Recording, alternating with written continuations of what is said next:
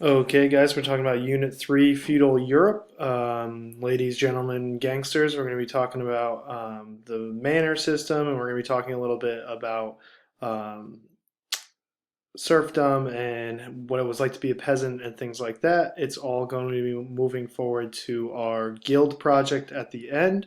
So this is just to give you a little bit of a background. I will try to keep it under 10 minutes, nice and quick and easy for us all. But Unit 3, Feudal Europe. What is the feudal system, right? We have to start off there. It's a political, economic, and social system that happens in mainly Western Europe. We'll be talking about a few other places that it takes place and where it sticks and where it doesn't and the differences later on in the unit. But for now, we're just going to be focusing on Western Europe. And the fact of the matter is that it really happens because of foreign invaders and fear for one's life. Um, we see Western Europe here, right? It looks a little bit familiar geographically to us now, but the Holy Roman Empire doesn't really exist anymore. We do see France, Anglo-Saxon Empire is really just England, and a few other places. The Byzantine Empire is still around at this time, but a lot of different names, the places that we're familiar with in the 10th century.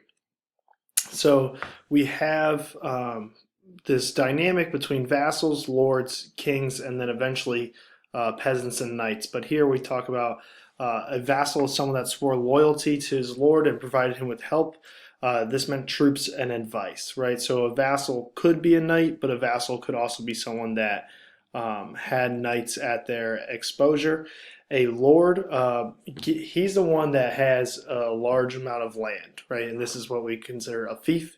It's the main source of their income. They get paid in taxes, which could be monetary, gold coins, or it could be through crops. And then finally, the king, um, you know, he's the king. He's got all the land. He owns all the land. He's the big boss in the area. And we're going to be talking about the different dynamics between these people. Um, what's land, right? So we have some land that is directly exploited or directly used by the Lord. It's their farmland, sometimes it's wood, but it's farmed by serfs, and the Lord was the owner of the mill, the press, and the oven. So they had full control over everything, and they're the ones that are reaping most of the benefits. Now, tenements or holdings are plots of lands the Lord gave to free peasants, and these peasants exchange rent or part of the harvest. And we'll see that free peasants should almost really even be in quotes because it's not really um, something that we see as free, but we'll be exploring that later on in the week with certain activities involving some candy if we all act accordingly and things like that. We see a diagram right here of the actual fief of what this plot of land would look like. We have the forest, which would still be part of the land on a certain aspect. We have the castle. The village is close, right, but it's not right there. And then we have the two different types of land, as we can see in different colors. We have a nice little slide from our book here. It's just a diagram of the medieval manor, right? And we can look at this at our own time and look at the different numbers and what they match up with. And this will help us a little bit in understanding what manor life was compared to what we might see in a village or a town at the time. Manor life is very much independent, and they don't need to um, provide anyone outside of the manor with anything, and that's why we're not seeing a lot of trade at the same time. Everything you need is on the manor.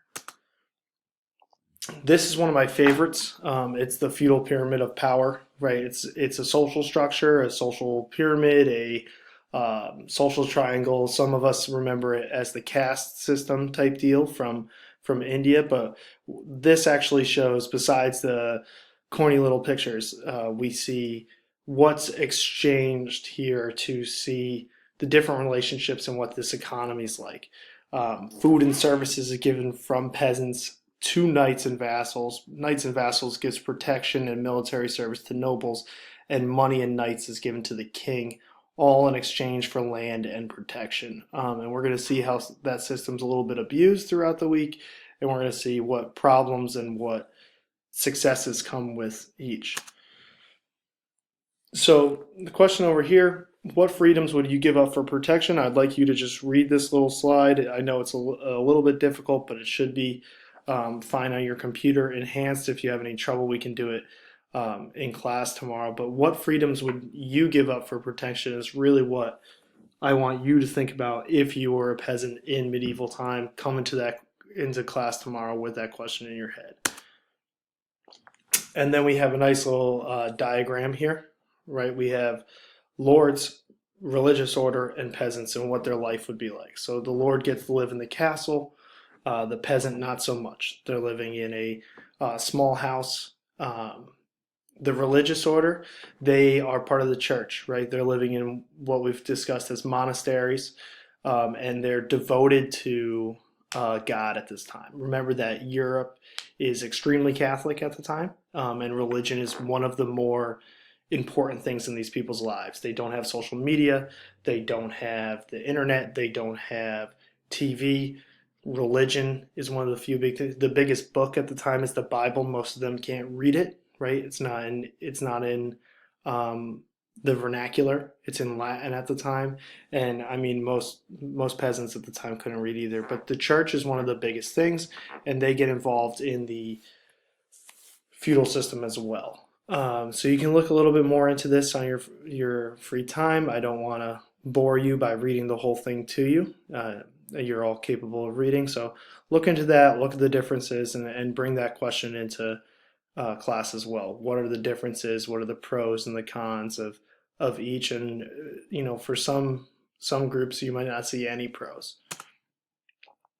We're going to just touch on the economy at the time, right? I don't want to go too far. I just want to talk about the feudal system for the most part, but I want to point out a few things.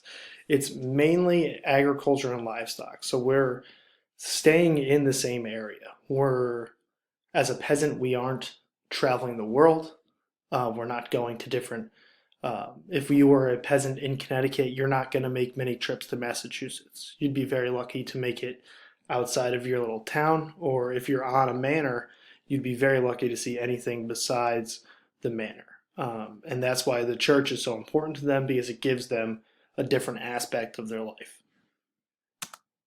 And here's another chart on the main economic parts of life at this time. We have agriculture, we have livestock, and we do have a column for trade. But as you can see at the end, there's very little trade going on at the time because of these wars that are going on, these invasions that are going on. Some peasants would have a good enough harvest to sell their surplus, but most wouldn't. Livestock, we're talking about pigs, cows, sheep. What do they provide? Poultry, right? Birds, essentially. Hens and ducks. And then horses are our main form of transportation. And then agriculture, we're growing what we can in Western Europe, which is not the best place to grow crops. It's very, very rainy, which is nice for fertile soil, but you don't get as much sun as some places in the world. The temperature's not as high, so we're growing a lot of wheat, barley, and oats. Good for bread. We're going to see that peasants are mainly eating bread. They're not really dabbling in eating meat as often because these livestock are very valuable, right? Our diets these days are very different from what they were in 10th century Western Europe. And then religion is what we're going to pick up on later in the week. I'm going to stop you here. You can review this slide, watch it as many times as you want, but tomorrow when we come into class, we're going to be talking about the relationships between the feudal system and the different people and different groups. So thank you for listening. If you have any questions, please write them down, bring them into class tomorrow, and save this one. This is going to be an important relationship for your guild project later on. Thank you and have a good day.